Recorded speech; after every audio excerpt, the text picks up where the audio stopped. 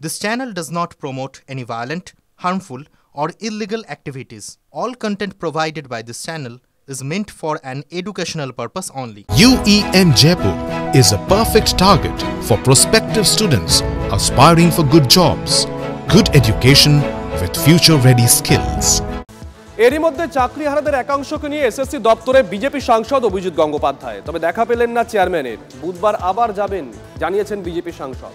এদিকে চাকরি দুর্নীতির প্রতিবাদে পথে বিজেপি ও বামেরা। ওই যে দুর্বৃত্তরা জেলে বসে আছে, ওই মার্কশিট পুড়িয়ে দেওয়ার সিদ্ধান্ত নিয়েছিলেন এবং পুড়িয়ে দিয়েছেন। পুড়িয়ে ফেলেছে, নষ্ট হয়ে গেছে, যে সেটা সত্যি সত্যি, এটা আমি এখনো মনে করছি না। নিয়োগ মামলা ঘিরে আলোড়ন শুরু হয়েছিল তার এজলাস থেকেই। নিয়োগ দুর্নীতি মামলায় কলকাতা হাইকোর্টের রায় বহাল রেখেছে সুপ্রিম কোর্ট। কলমের এক আঁচড়ে 25,752 জন শিক্ষক শিক্ষিকা এবং শিক্ষাকর্মীর চাকরি চলে গিয়েছে।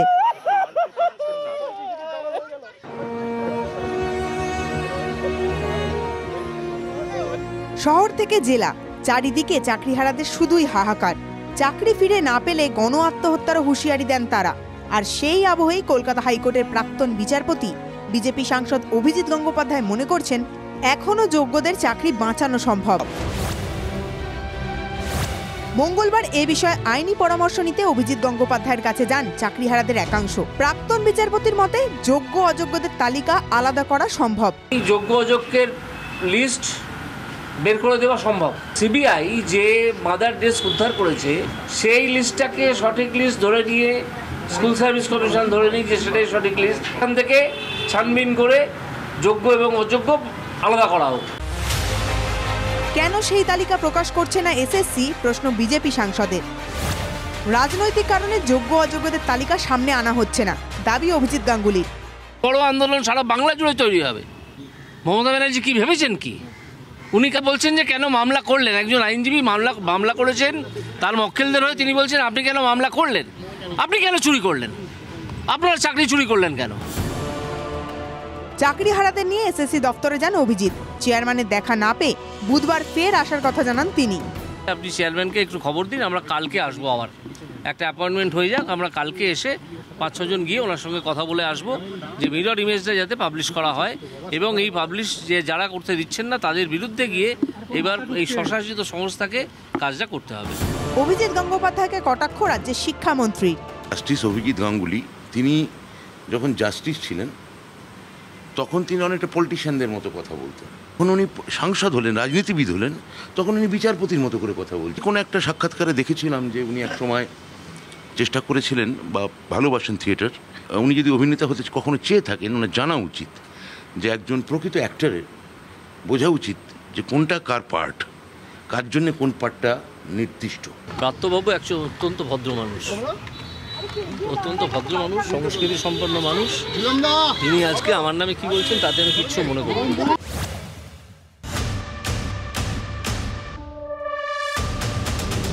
মঙ্গলবার বিজেপির যুব মোর্চার কালীঘাট চলো অভিযানে ছবি তুলতে বাধা। প্রশ্ন শুনে TV9 বাংলার প্রতিনিধির কলার চেপে ধরে পুলিশ। পুলিশি হেনস্থার প্রতিবাদে এদিন সেন্ট্রাল এভিনিউয়ে টায়ার জ্বালিয়ে অবরোধ বিক্ষোভ বিজেপি। এই ঘটনার প্রতিবাদে সোশ্যাল মিডিয়ায় গর্জে ওঠেন বিরোধী দলনেতা। প্রতিকূলতা সত্ত্বেও মানুষের কাছে খবর পৌঁছচ্ছে TV9 বাংলা। পুলিশের আচরণের তীব্র নিন্দায় শুভেন্দু অধিকারী। আপনার চ্যানেলের একজন কেউ কিভাবে পুলিশ কলার ধরেছে, এটা কি উচিত হয়েছে যা কালকে পুলিশ করেছে? এই চোরদেরকে বাঁচানোর জন্য পুলিশ দাঁড়িয়ে রয়েছে। এই জন্য আজকে আমরা রাস্তায় নেবে এই টায়ার চালিয়ে বিরোধ প্রদর্শন করছি। যিনি সাংবাদিক তারও কলার দিয়ে ইনি তাকে টেনে হিজড়ে অ্যারেস্ট করার চেষ্টা করছিল। আপনারা তো সাধারণ যারা চাকরি গিয়েছে তার প্রতিবাদ করছে। একদম এইখানে যারা চুরি করে তাদেরকে পুলিশ প্রশাসন সক্রিয় হয়ে অ্যারেস্ট করতে পারে না। যোগ্যদের নিয়োগের দাবিতে মঙ্গলবার বীরভূমের ডিআই অফিসে তালা বন্ধ করে বিক্ষোভ বিজেপির।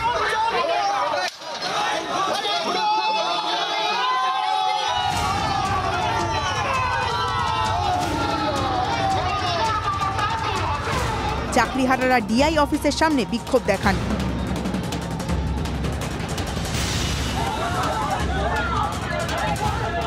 নিয়োগ দুর্নীতির প্রতিবাদে হাওড়ায় এসএফআই এর ডিএম অফিস অভিযান ঘিরে ধুন্ধুমার।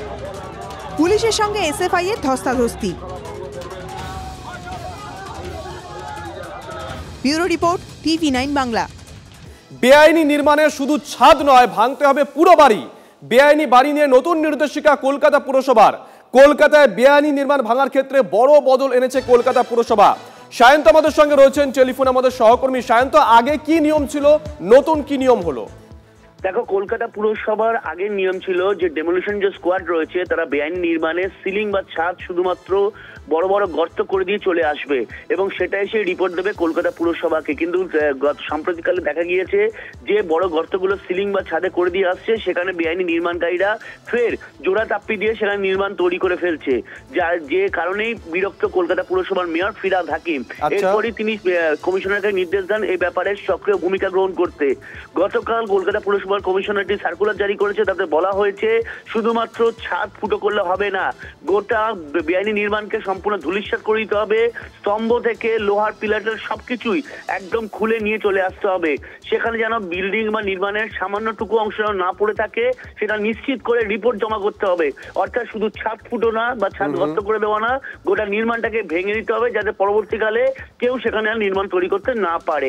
শুভজিৎ, ধন্যবাদ। শান্ত,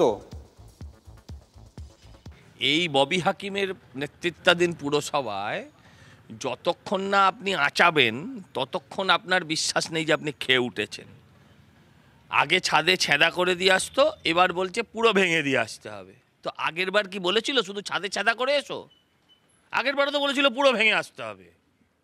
তো পুরো ভেঙে আসতে বলার পরও যারা মেয়রের মুখে বাঁ হাত ঘষে দিয়ে যারা ছাদে ছেঁদা করে এসছিল, তারা এবারও যে ছাদে ছেঁদা করবে না তার কি মানে আছে? এক, আর সব বাড়ি যদি ভেঙেই দেবে বেআইনি, তাহলে মেয়র খাবে কি? বেচারির তো অবস্থা খারাপ হয়ে যাবে গো। ডিমলিশন মিন ডিমলিশন, নট হোল। ডিমলিশ হয় ডিমলিশ করতে হবে, নাহলে ছেড়ে দিতে হবে। হোল করে কেএমসির থেকে টাকা নিয়ে নেবে যারা ডিমলিশিং কন্ট্রাক্টর, তাহলে আমাদের বোকা বানাচ্ছে। চারিদিকে ঘুরে বেড়াই, মানুষের সাথে কথা বলি, একটু লেস পার্সোনালিটিওয়ালা মেয়র। আমি রাস্তাঘাটে বসে যাই, গর্ত করার জন্য একবার আমায় টাকা দিতে হয়, আবার কনস্ট্রাকশন গর্তটা বুঝিয়ে নিয়ে যারা ইলিগাল তারা আবার ওই ফ্ল্যাটটাকে লোককে দিয়ে দেয়। সো টোটালটাই ফার্সের মধ্যে আমি নেই। সেই জন্য বললাম ডিমলিশন করলে ডেমলিশন করুন, আর নাহলে বলবেন যে আমি করলাম না, আপনাকে আমি অপারক।